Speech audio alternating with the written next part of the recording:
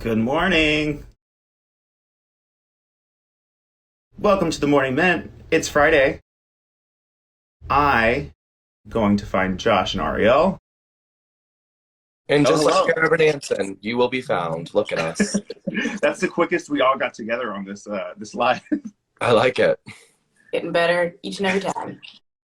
Good morning, guys. Josh, Arielle. It's just us today. We're gonna spend the whole time talking about New York City rentals, and next week pick back up with John and Katie. Is that cool? That might work for me. Does it work for everyone else? Comment if that works for you. If it doesn't work for you, comment if it doesn't work for you. That work for everyone. Josh, ever since our first episode, I pay attention to your background. And I do notice that every time you come on, you find a background that's the same color as your shirt. So you're always kind of a floating head. You're welcome. It's called consistency. Learn about it. You're nothing if not consistent. So we have something that's on the tip of everybody's tongues, back to office, which we're going to talk about later and how that is going to affect the New York City rental market. But we're going to start with something really, really cool. Have you guys heard of Little Island? I have. You have? Every time I think about it or read about it, I read it as Little Italy, which makes me think of my tattoo. Whenever I think of my tattoo, I think of Live, Laugh, Love, and I'm convinced that's what it says, and it's not. So it's called Little Island, and what it is it's the structure along the West Side Highway near the piers, and it looks like that like alien UFO fortress coming up. It's super small. It's like 2 acres. It costs $260 million to build. It's off of 13th Street. And the billionaire husband of Diane von Furstenberg actually paid for it. And something cool I learned about this is that they are going to fund its upkeep for the next 20 years. Have you guys seen it? Yeah, pass by it all the time whenever I go on the highway. What do you think? I think it's so cool. Look, I've been excited about this for a while now. I think it's just one of those things, much like the vessel, I think it's going to have a crazy amount of people who are going there trying to sign up. Because again, we're during COVID, you have to sign up for tickets, or if you go, you're going to be in long lines for waits. But I do think that the way that it looks and the way that you enter, it's kind of like our own little like Jurassic World. Wait, Josh, did you know that they actually got the designer who designed the vessel to From the design vessel, this? Well, Look at listen, you. I didn't know that. But I do Okay. know that Diane von Furstenberg is most famous for the wrap dress. So if she's famous for an iconic dress, this is going to be an iconic park. Very good, very good. So something interesting that I read about it is, at least to start, they're only going to allow 800 people onto it at a time, which I think is nothing, right? I mean, that's more than you can get on the vessel. You can't have 800 people on the vessel. True. And the vessel, when you're on there, when you look at it, it looks small. But when you're actually on it, like, those stairs don't end. Like, trust me. Bridget, we love an icon too. Oh, we love an icon. We stand. No, but I don't know if you've seen it yet, but the reason why I said Jurassic World is because you walk in through this cute little, like, almost like hallway looking thing, and then you're just in, like, Yeah. plush green land. Yeah, So I think it's like a thin boardwalk leading up into this like really cool, almost Jurassic Park. yeah, so when you get there soon. If you're an Instagrammer, you want a cute photo, it's going to be the photo to have this summer. If you don't have your photo on this floating little island, then are you even on the big island? Not Hawaii true. Big Island, Manhattan. This is going to be the Instagram capture of the summer. Mark my words. Josh, are you going to go today for the? It opens today, right? It's Yeah, today. Buy a ticket, and they're sold out. So good luck getting a ticket today. No, free tickets, but you have to reserve one. Yeah. Oh, got it. Well, I can't wait to see your Instagram pictures, Josh. I know you're going to get in there. I know Bridget's going to get in there. I see Bridget in the comments. She'll be there. So this was actually controversial. So this was proposed like 10 years ago, 2012, 9 years ago. And the environmentalists have been fighting it because of the Hudson River bass mating grounds. So it's actually really cool that this got passed because the Environmental Protection Agency actually came in and said that this is not going to disturb the striped bass mating. So we got a really cool new New York feature without harming the environment. Isn't that great? That is So great. there are striped bass in the Hudson River, and we eat it. I hope I don't know not. about that. I don't know that I would eat anything from the Hudson River. No, yo, I'm be honest. I see people fishing in the Hudson all the time, and I think to myself, if this ends up in sushi somewhere and I eat it, I'm gonna cry. Like, I hope that fish. I hope it's like a catch and release situation. Because when I see people fishing out there, I'm like, don't do that. Maybe I'd eat the fish if it came from like upriver on the Hudson, not Sure. downriver. Like once it goes through like New York City, I don't know that I would It's eat anything tepid. from the I'm there. sorry. Once it hits the island, it's tepid. Yeah, I agree. Oh, all right. Well, that's really cool. I can't wait to see what you guys post about it. That's I think it's super awesome, and it's really hilly, which I think is the architecture is interesting. Yeah, it's like a mountain structure. So I want to jump into the market stats, really in context to what is on the tip of everybody's tongues, the back to office policies. Everybody's rolling out their back to office policy right now, which of course is going to have a huge impact on especially New York City rentals. And summer is always a busy season for New York City rentals, but it's always had kind of a consistent seasonality. How do you think back to office is going to impact the seasonality? What do you think is going to happen in the next few months because of a lot of people going back into the city for work? Yeah. Arielle, do you want to go first? Yeah, I think we're gonna find ourselves getting back to our normal pattern.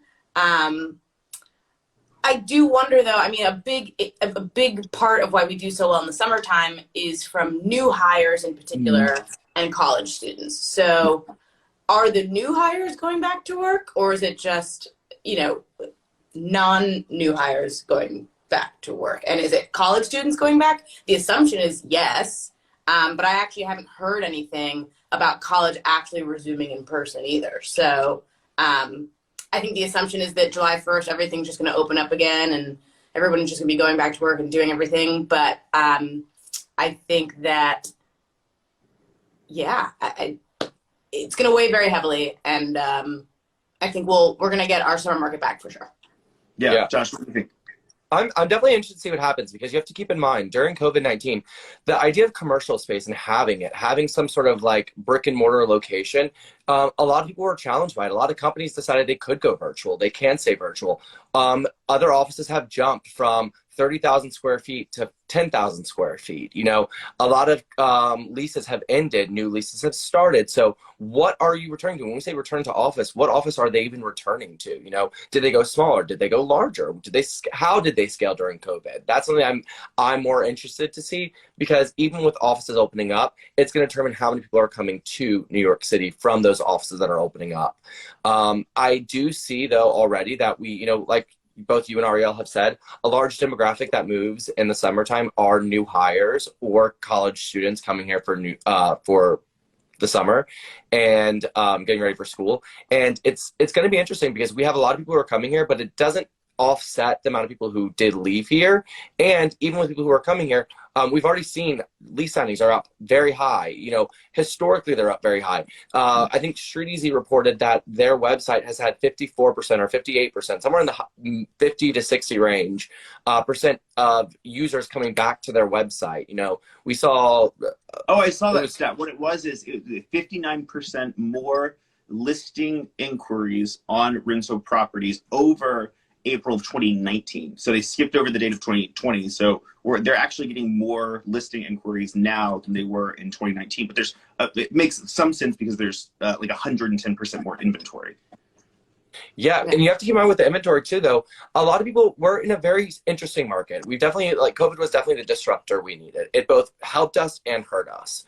In terms of helping us, it really helped the consumer. Like I said last week, it made it New York City is now more affordable. More people can afford to have, not necessarily, you don't get more space because the architecture didn't change, but you can actually, in terms of getting square footage, you might be able to afford that extra bedroom, or your budget may be able to afford that office that you were not able to afford these past 10 years. Well, so it'll be interesting to see. Potentially, with the new StreetEasy report, the prices are starting to climb back up. So we're actually at a point now where we're no longer getting less expensive and less expensive. I think it was like a 4% increase over median price per rent over April over March. which doesn't sound like much because it's not, but it's the first time that we're now increasing. And I think that now that people are going back to office, there's more demand, that's going to continue. Rents are going to continue to climb. Concessions are going to continue to fall. Would you guys agree with that? I do think, though, that it's going to be a really slow incline, because when you think about people going back to work, I'd say the vast majority of people are going back 1 day a week, 2 days a week, right? So if they're not going back 5 full days a week, are people still going to be like rushing here? Yeah, right. That's an interesting point. So if people are going back, let's say 1 day a week, 2 days a week, how do you think that's going to impact where they want to live in relation to that workplace? Do you think that they're going to want to live much closer because they're used to not commuting? Or, hey, I'm only coming in once a week. I can live in Westchester and just commute in that 1 day a week. Whereas before, 5 days a week, I wanted to live in the city. Yeah, it'll be interesting. I don't think it'll be like a Westchester thing. I think it'll be like, I'll live in Brooklyn instead of Manhattan. Right. Yeah, I or think people living further out, uptown, or maybe in like deeper Brooklyn, certain areas of Queens. Because if you're able to save money, you know, people used to always, the concept is, do you commute for your work or do you commute for your friends? Like, that's always like the going idea. I think people are going to be living by their friends, living in areas that they want to be in, and then they'll just commute. If you're going 1 day a week, what's a 45-minute commute versus that 15-minute walk? Like, yeah, it's not that big of a deal. So I think that, you know, it's kind of, it's a weird moment where now prices might be soft enough where you can actually afford to live close to work, right? So you might get some people who actually can like afford to live in Chelsea near their office and not have to go all the way out to Brooklyn. So I think you'll get a mixture of both kinds of people. Yeah, it'll be interesting. What borough do you think will recover the quickest? Brooklyn. Manhattan. Brooklyn. Wait, Without this is actually the consummate argument between Arielle and Josh, is the Brooklyn versus Manhattan argument. I think that we saw, okay, so let's be very clear. So we saw a discount metric of about 20% in Manhattan. Areas of Brooklyn was like 18%. I think that the call to arms for the people who are moving here are also going to be people who are going to be Manhattan people. I think that people who are new to New York want to be in Manhattan. I think people who are moving here who need to be close to their work, a lot of offices are here in Manhattan. I think that whenever you're going to school here, a lot of the schools here are in Manhattan. I think that people are going to try to stay close to Manhattan, at least for first year, because when you come to New York City, that is the quintessential idea of living here, is living on the Manhattan, or living in Manhattan. So I think that we will see more people coming to our area. But the great thing about rentals is you sign 12-month leases. You come here for 12 months, see how it is, move if you don't like it. So I think that we'll see continued fluctuation in terms of who's sharing the wealth. But I think the first market to hit like more of like a quicker recovery will be the Manhattan market. That's just my opinion. Arielle, what do you think, Brooklyn? Put up your boxing gloves for Brooklyn, Arielle. I think the pandemic made everyone realize that they need a little bit of fresh air and some greenery, and everyone went flocking to South Brooklyn, like Park Slope, Fort Greene, downtown Brooklyn, Brooklyn Heights. And myself, you guys, I'm from the Upper West Side. I came to Brooklyn, I came to Williamsburg kicking and screaming. And now that I'm here, I'm never looking back. So but let's look at those two demographics. A lot of people like that. Let's look at those two demographics. The demographic you're talking about is the New Yorker who already lives here. So they've already moved. New Yorkers have already moved. If you were moving, you're moving during pandemic. Right now, the people who we're seeing coming here, it's the demographic of the new wave of summer market. Summer market is going to be the new New Yorker. The new New Yorker wants to be in Manhattan. Call spade a spade. The new... Finish him. No, I'm kidding. Actually, we need to move on, guys. So we're going to continue talking about this every single week. So let's just talk. Let's wrap up with some events. The Smorgasbord. Do you know what this is? Smorgasburg. It's Smorgasburg. So Smorgasburg at the World Trade Center kicks off today from 11 a.m. to 7 p.m. And what is this? It's like food, right? Just like outdoor food festival. Food. How long does it last? Do you guys know? Like through the summer, you mean, or like in a day? Oh yeah, it usually goes like until like the fall, until like it's far too cold to be eating outside. Cool. And I read that they're also opening one in Jersey City, so that's doesn't really apply to you guys, but I think that's going to be super interesting. Well, it's actually it's the one from Williamsburg, but Williamsburg isn't ready to take it on, so it went to Jersey City, or it's going to Jersey City, and it's going to be back at some point. Cool. Well, I hope they keep it in all three locations. Arielle and Josh, do you have any events coming up? Sure do. If you like to roller skate, there's a roller skating rink that's opening up tomorrow at the TWA Hotel. And we all know that Josh loves a roller skate. I was going to say, Josh loves a roller skate. Didn't you do a birthday party at a roller Oh, rink Josh like 2 years ago? stands a roller skate. He's a roller skating queen. I will say this though, it's only $20 to go. I've already looked. $16 if you have children, but the Uber there is $60. So it's kind of like, what do you do? Like the travel there is going to be expensive, but once you're there, it's cool. It's on their tarmac. Not really a tarmac. It's on their tarmac. It's like 45 by 50 feet. Going to be a really fun opportunity for you to go skate, get a picture in front of one of the iconic TWA airplanes. TWA, who can tell me what it stands for? The water Woman above. axe. Ooh, both of you so close. No, it's the Trans World Airline. Do you know who made this So famous? close. What billionaire? Speaking of billionaires, what billionaire made this famous? I don't know. I don't know. I'll give you a hint. Howard. Oh. I'll give you a hint. Howard Hughes was played by him, is what I was gonna say. Leonardo DiCaprio played him in the movie. It's Howard Hughes. Ding, ding, ding. You're right. Trans World Air. There it is. We need to wrap this up. Anything else? Yeah, the Affordable Art Festival, which funny on the word affordable. What makes things affordable? Well, I'll tell you. The Affordable Art Festival is happening this weekend. It's happening at where? At the Metropolitan Pavilion in Chelsea. Something cool about this is I think it's about $30 to get your ticket online, but I also saw somewhere that it was like tickets were also 12 or 16. So don't fact check me on that right now. Just know that it's available between $12 and $30 USD.